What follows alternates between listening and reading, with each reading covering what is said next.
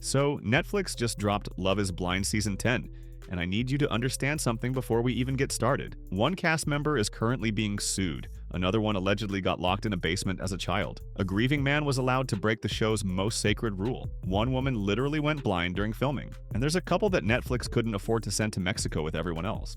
But what I'm about to tell you in the next 20 minutes, it makes all of that look like a warm-up act. Because by the time we get to what happened between these 7 engaged couples in Cabo, you're going to understand why viewers are already calling this the most unhinged season in Love is Blind history. Before we dive in, smash that subscribe button if you love messy drama breakdowns. Trust me, you'll want to be subscribed for what's coming.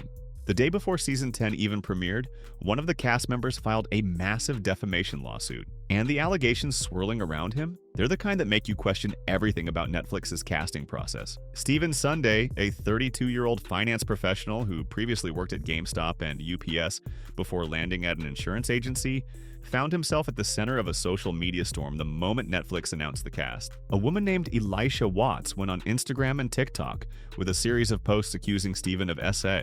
I'm the girl who posted on my story about how Steven from Love is Blind Season 10 sexually me, and I commented on their post asking to talk to someone. I also want to say that I am not faulting the producers for having him on their show. It happened in May of 2025. After filming, there's no way they would have even known had I filed a police report. I also just want to say thank you to everyone who has messaged me and shown me love and support and shown me that they believe me. I have some screenshots of messages between me and him, and I will be including those as well. Steven and I matched on Bumble, and he gave me his Instagram, and we followed each other on Instagram for a while. Messaged very sparingly. When he came over and things started to get intimate, he asked me if I wanted to give him head, and I told him no. I had just got my lip pierced and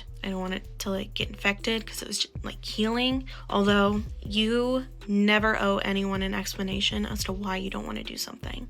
No is a complete sentence. Every single time that I would stop and tell him I didn't want to do it anymore, he would pretty much beg me. But I would keep trying to pull away and I would keep trying to stop. I was physically resisting. He would keep pushing my head down. So I was frozen, and he eventually pulled out his camera to start recording me even after I had told him that I didn't want to and that I wouldn't even consider it with someone that I didn't know. He pulled out the camera and started recording me with flash on in my face, and I can't even explain how I was feeling in that moment. It was terrifying, honestly. And when I finally got the courage to pull away and tell him I'm done, stop this, I don't want to do this anymore, I told him to delete the video, and he asked me if I wanted to see it first, which was insane. After he left, I was just kind of feeling gross and degraded during my break, and I told her what happened, and she was like, "That's Alicia, that is not consent. He coerced you and he was forceful with you and he completely violated you."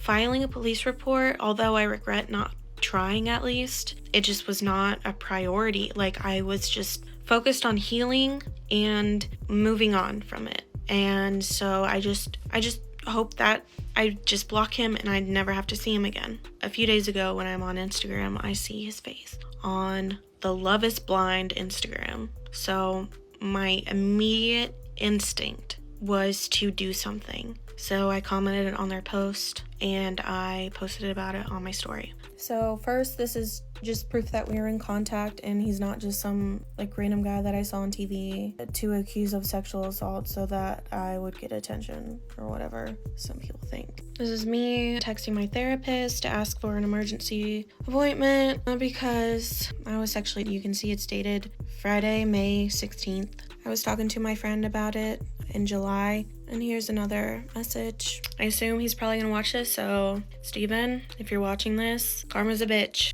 Steven from Love is Blind has officially filed a lawsuit against the woman who accused him of. The Sun reported on this that an official lawsuit has been filed. I did tell you guys yesterday that he was sending out cease and desist letters to his accusers, but it looks like he did go forward and officially file the lawsuit. The Sun reports irreparable damage. Love is Blind star Steven Sunday sues woman who claims he sexually hurt and says she got him suspended from his job. Steven says the woman's social media posts are defamatory. The Sun has obtained Love is Blind season 10 star Steven's February 10th court filings against the woman, who we are not naming due to the sensitive nature of her allegations.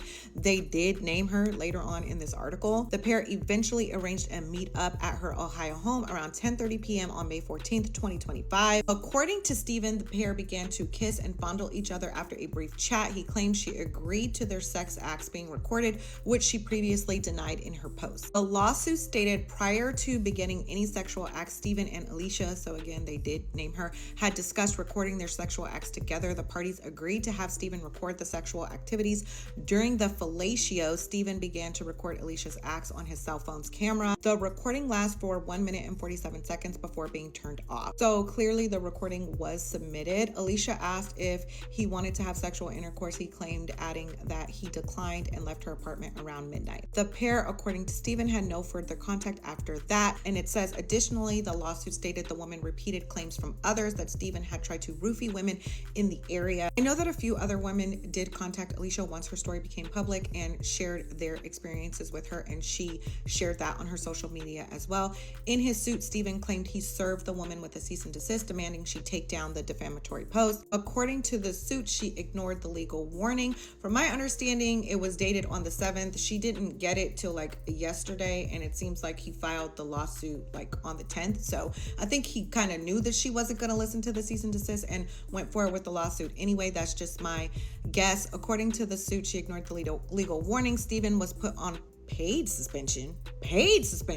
Steven was put on paid suspension from his job in finance on January 30th, according to a company letter submitted as evidence. So if it's paid, like, he is suing the woman on 16 counts of defamation and is seeking at least $400,000 in damages. I know she's gonna fight this, so she's not gonna let this scare her. She's been very vocal about her experience with him and warning women about him. I know she has some others in her corner that are willing and ready to speak out as well. So the fallout has been severe. Netflix won't let Steven participate in any promotional activities. His insurance job resulted in a paid suspension. The man sent Elissa a cease and desist letter demanding she stop posting about him. And here's what viewers noticed about Steven's behavior in the pods. When Emma opened up to him about her adoption and childhood surgeries, he responded by asking when she lost her virginity. Then he called her a late bloomer. The audacity of this man to make a woman feel judged for her romantic timeline, while simultaneously, well, you know what allegedly happened after filming. After Season 6's Trevor Sova girlfriend scandal and Season 7's Tyler hidden children disaster, fans are questioning whether these background checks accomplish anything at all. But the Steven situation? That's just the first layer of controversy this season has to offer. There are still many more revelations to come before we even get to Cabo. Before we get to the Cabo chaos, I need to tell you about Alex Henderson, because understanding his backstory explains so much about what goes down later. Alex Henderson wasn't always Alex Henderson. For most of his life, he answered to a completely different name, Alec Ferrell. When Alex was just 2 years old, his biological father left, completely out of the picture. His mother, Kristen, remarried, and her new husband wanted to legally adopt little Alex. But the stepfather requested a full legal name change as part of the adoption process. Kristen agreed, and Alex became Alec Ferrell. According to interviews Alex has given on his podcast, Play Life Beautifully, that new family situation was far from ideal. His mother was apparently in constant fight or flight mode, and Alex himself has claimed his stepfather would lock him in the basement. His mother, Kristen, appeared on his podcast to discuss the situation. She told him that the day he was adopted was probably the worst day of his life. It wasn't until 6 years ago that Alex finally reclaimed his birth name. He made it official in 2020, telling interviewers, "It's not even about reclaiming Henderson for my father's biological last name. It's what I was born as. This is what I want to build my name off of. I don't want the Ferrell name attached to me." Alex was also a promising professional soccer player. He played goalkeeper at Wake Forest University and got drafted by Minnesota United FC in 2016. But his career was cut short by a devastating knee injury that required 4 surgeries. All of his athletic achievements are listed under Alec Ferrell, because his name didn't legally change until after his soccer career ended. You'd think that might give him some humility. Fans have been dragging him online because he apparently called David Beckham not even that good at soccer during some pod conversations. Sir, you played professionally for approximately 5 minutes before your knees gave out. Maybe sit this critique out. So we have a man who went through childhood trauma, reclaimed his identity, lost his athletic dreams, and is now searching for love on national television. Elissa Finley, a 39-year-old ICU nurse, was going on dates in the pods when she made a mistake that almost cost her an eye. During a break between pod dates, she went into the dressing room, saw a little bottle on the table, and thought it was eye drops. It was nail glue. She put nail glue directly into her eyeball. She squeezed the bottle, felt something thick hit her eye, looked down at the bottle, and realized what she'd done. At that moment, her ICU training kicked in. She knew if she closed her eye, the glue would seal it shut and rip off her skin when she tried to open it. So she held her eye open while screaming for help. Production rushed her to the hospital where doctors found she had a corneal abrasion. They hooked up an IV bag with saline and spent hours flushing the glue out of her eye. The only thing that saved her actual eyeball? She was wearing contact lenses. The lens acted as a barrier between the glue and her cornea. She came back the next day wearing an eye patch and told the other women what happened. Their reaction? One of them joked that she was really embracing the spirit of Love is Blind. Elissa's response? I'm really committing. I cannot make this up. This woman was literally in the pods, half blind, trying to find a husband. Elissa got engaged to a man named Miguel. The chemistry was there. Everything seemed perfect. But their engagement wasn't shown on camera because of what happened next. The moment they got back to Ohio, Miguel ghosted her. Told her he was moving to Tampa the next day. According to Reality Steve, Miguel has since gotten engaged to someone else, and apparently he ended a previous engagement in 2024 too. So this man has been engaged 3 times in 2 years. Elissa really went through a medical emergency, risked her eyesight, and then got ghosted by a serial engager. For the first time in Love is Blind history, a contestant was allowed to break the show's most sacred rule. No phones, no contact with the outside world. That's the entire foundation of the experiment. But when Devonta Anderson got pulled out of the pods by production, everything changed. His grandfather had passed away during filming, while he was isolated from everyone he loved. Production gave Devonta a choice. He could leave the experiment and go home to his family during this devastating loss, or he could make a phone call to his relatives and decide what to do. When Devonta sat down with Brittany Wicker, the woman he was falling for, he shared what happened. He told her he talked to his brother and his grandmother. And what they told him? They said his grandfather would have wanted him to stay, would have wanted him to find love. Creator Chris Colin confirmed to Entertainment Weekly that they always have a system for emergencies. Contestants give their families specific production contact information. When his grandfather's death was reported, they relayed immediately and gave Devonta full agency over his decision. They didn't film his private conversations with family. They didn't pressure him either way. But in Cabo, cracks started showing. Devonta was emotionally distant. He'd wake up early, spend time alone watching the sunrise, reading books by himself. Brittany's love language is physical touch, and she was reaching out while Devonta was pulling back. At one point, Brittany offered to break her vow of celibacy if it would help them connect. During a game of Never Have I Ever with the other couples, she even offered to give him a hickey. He declined. The disconnect was becoming impossible to ignore. When she confronted him about it, he was honest. There's just a lot going on in my head right now. All the stuff with my family, adjusting back to life. I'm walking back with someone not in my family anymore. That's a lot to take in. By the end of episode 6, Brittany walked away mid-conversation. And fans have noticed something concerning in the previews for upcoming episodes. Devonta appears to be missing from promotional material entirely. Picture this. 7 couples got engaged in the pods. 7! That's a franchise record. But when it came time for the romantic getaway to Cabo, only 6 couples went to Mexico. Vic and Christine, they got sent to Malibu by themselves, without a camera crew following them. The reason? Netflix literally couldn't afford to send all 7 couples to Mexico. Budget constraints had real consequences for one of the season's most beloved couples. Creator Chris Colin told Entertainment Weekly that they've never had the budget to follow more than 5 or 6 couples. This season, they stretched to 7 because they felt so good about the couples. But they had to pick one couple to separate from the group. They chose Vic and Christine specifically because they were in their own amazing romantic bubble, with fewer intersecting relationships with the other remaining couples. Vic and Christine got engaged in the first episode. They connected over their shared Christian faith, discussed their pasts openly, and fell hard for each other immediately. They were the first couple to leave the pods and meet face to face. When they learned they weren't going to Mexico, Christine had a moment of panic. She told Tudum she thought, oh my gosh, what if he doesn't want to go? Instead, Vic called her all excited, asking, hey babe, so we're going to Malibu? They drove to Malibu themselves, documented the trip with handheld cameras they operated personally, and spent 3 days on the California coastline without any of the drama happening in Mexico. Vic said, I was in paradise with my lady. We talked about everything, revisited the conversations we had in the pods. If I had to put it in one word, it would be tranquil. Meanwhile, back in Cabo, things were anything but tranquil. Here's the moment everyone's been talking about. Alex Henderson pulled Brittany Wicker aside at the pool in Cabo. Remember, Alex is engaged to Ashley. Brittany is engaged to Devonta. 4 people. 4 relationships, and Alex is about to blow up at least 2 of them. He looks at Brittany and essentially tells her that his fiancée Ashley, she's not his usual type. But Brittany, with her darker features and fit body, that's exactly what he usually goes for. This man told another engaged woman at a couple's retreat that she's more attractive to him than the woman he just proposed to. He actually said out loud, "Brittany is someone I would date before coming to the pods, without a doubt." He listed the attributes he's attracted to: tan skin, dark eyes, dark features, very fit body. And Brittany's response? She admitted that Devonta wasn't her usual type either. She typically goes for tall, athletic men, which describes Alex pretty well. Both of them have tried to explain this conversation away in interviews. Alex told Cosmopolitan that his motive was to figure out if I can get through the physical stuff with Ashley. He claims he noticed Brittany was giving off similar energy about struggling with attraction to Devonta. Brittany told E! News that the moment was honestly both just Alex and I being vulnerable about the fact that we ended up with people that are not our typical types.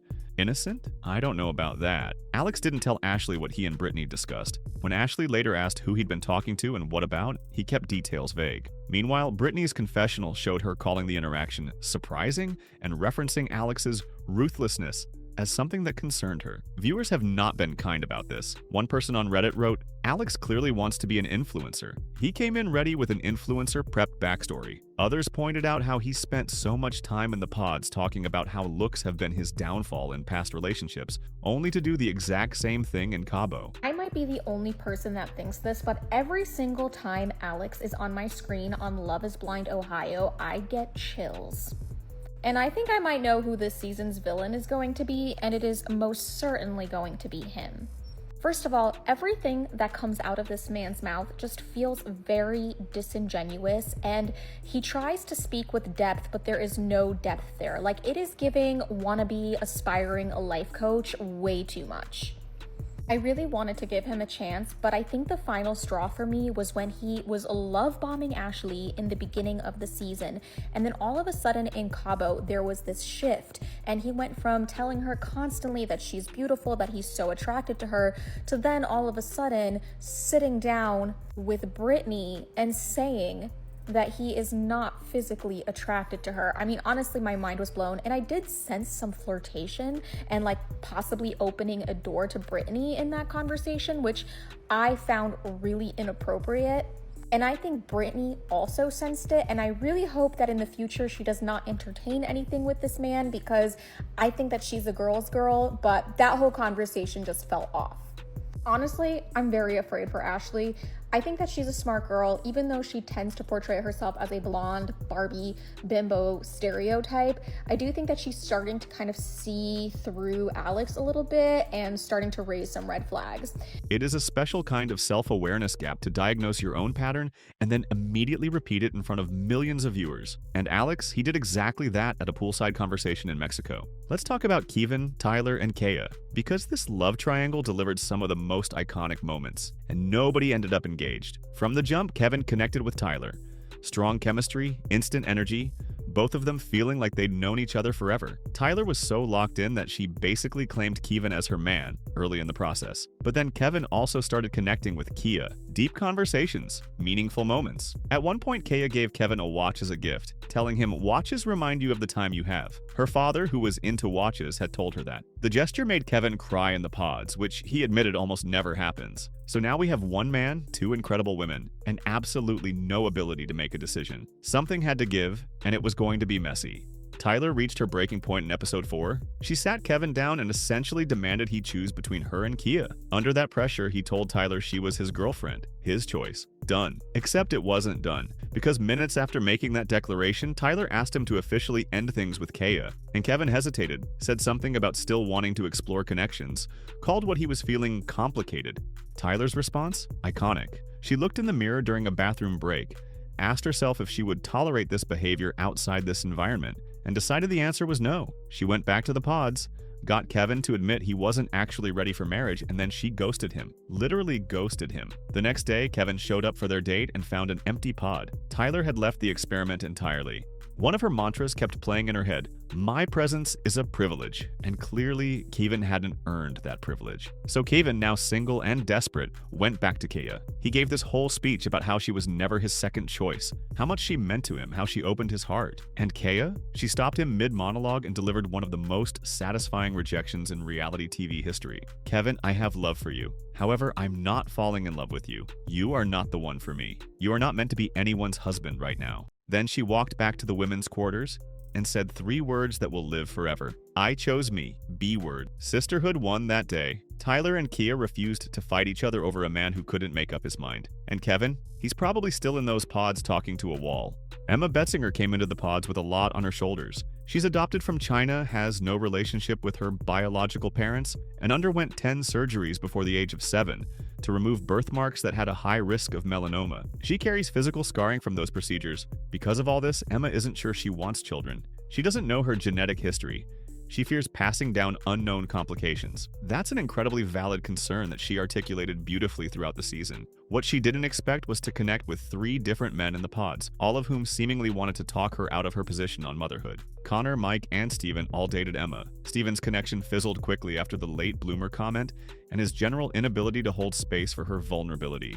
Connor was familiar and comfortable reminding Emma of men she'd dated before, but Mike was different. Mike was calm, inquisitive, and challenged Emma in ways that pushed her to be more vulnerable. He also made it very clear that he wants kids, like a whole baseball team worth of kids. Both Mike and Connor kept using the same tactic on Emma. When she expressed worry about being a mother, they'd say things like, "The fact that you're worried about this shows what a great mom you'd be."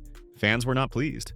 I'm so confused as to how I see people talking shit about Emma from Love is Blind, as if she wasn't just trying to explain to all the guys that she was dating that she went through a medical trauma at a very young age. She was like literally facing cancer and like God willing pulled through. She worries about her genetic makeup and about how and what she can pass down to her future children. To mention the fact that she's also adopted, and that's something that troubles her as well. But leaving the adoption to the side, just the whole medical thing going on, like after explaining all that, all the guys had to say was, well, all of that adversity would make you a great mom.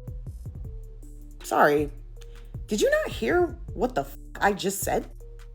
Like, they were not listening to her. They weren't. I am seeing the most bizarre takes on this app about this woman on Love is Blind, and we need to talk about it. Emma shares with more than one man that she doesn't know if she wants children or not. And that is due to her personal choice, her medical history, and also her history of adoption. And so why does it feel like every time she's talking about this, she has to like over-explain her why? And then when she explains, she gets to the end of it, and whoever she's talking to is like, oh my God, thank you for sharing that. But like, also you be a really great mommy, just so you know. And like, okay, but her reasons that she just gave you for why she thinks she might not want to have children, none of those were her worrying about her inability to be a good mother. And I just feel like no one is listening to her. And I find that super frustrating as a woman and as a mother. I have 2 young kids. 2 young kids who are very loved, very fought for. And from that stance, I am telling you, this woman should be allowed to say, hey, I don't know if this is for me, and not have to write a dissertation on why to every random passerby. And I don't know, I kind of felt like this was like universally understood.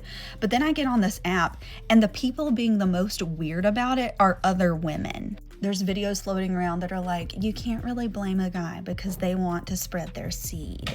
Or she is just using this as a reason to control and manipulate. Leave this woman alone.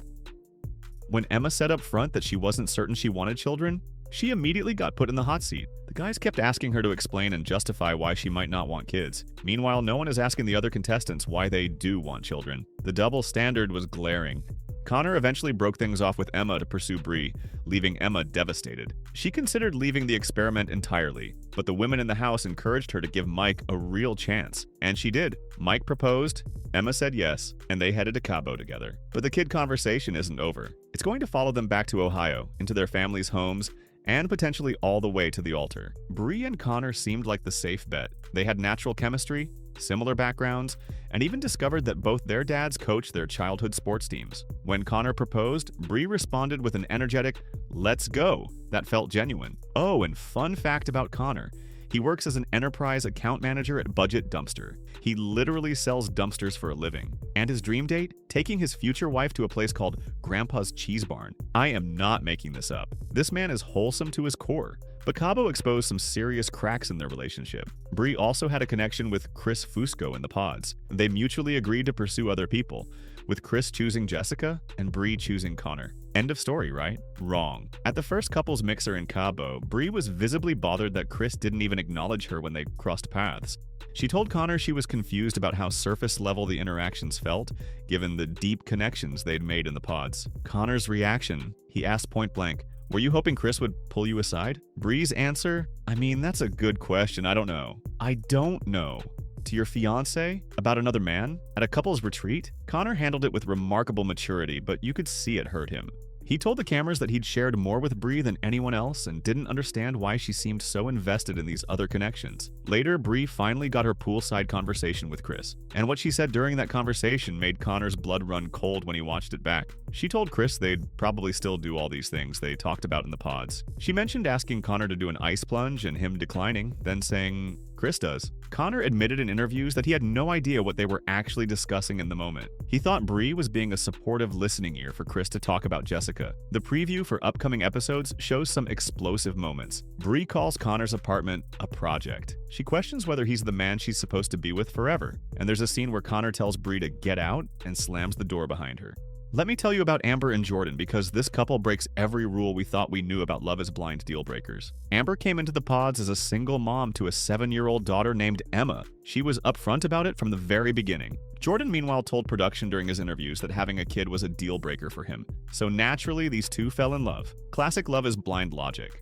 Jordan said he was nervous about taking on the role of being a dad. He'd never imagined himself in that position. But something about Amber made him reconsider everything he thought he wanted. He baked her cookies in the pods. He wrote a letter addressed to the most beautiful person I have never seen. And when he proposed on one knee, she said, "I would love to." A deal breaker turned into a love story. A body language expert analyzed their reveal moment and claimed Amber looked disappointed when she first saw Jordan. Both of them have also admitted they're terrible with money. And there was a whole conversation about Jordan's CPAP machine and whether it would stay on during certain activities. These two are keeping it real in ways other couples simply are not. Their honesty is genuinely refreshing in this season.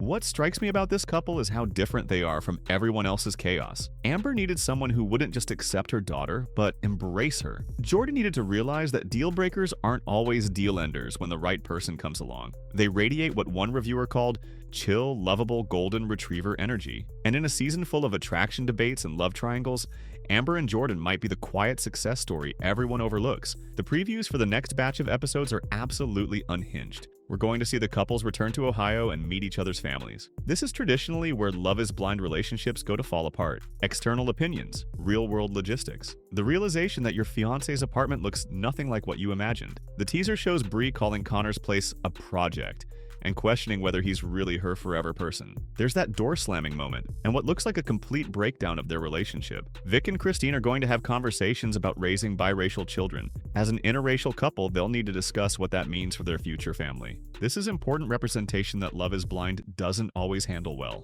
Devonta's grief journey appears to continue affecting his relationship with Brittany. Whether he's still in the show at all remains unclear based on the preview footage. And Alex? The preview suggests Ashley might start catching on to the disconnect between them. Episodes 7 to 9 drop on February 18th. Episodes 10 to 11 follow on February 25th. And the finale airs on March 4th. Here are my predictions. Vic and Christine are the strongest couple and most likely to say, "I do." Emma and Mike need to resolve the kids' conversation, or they're doomed.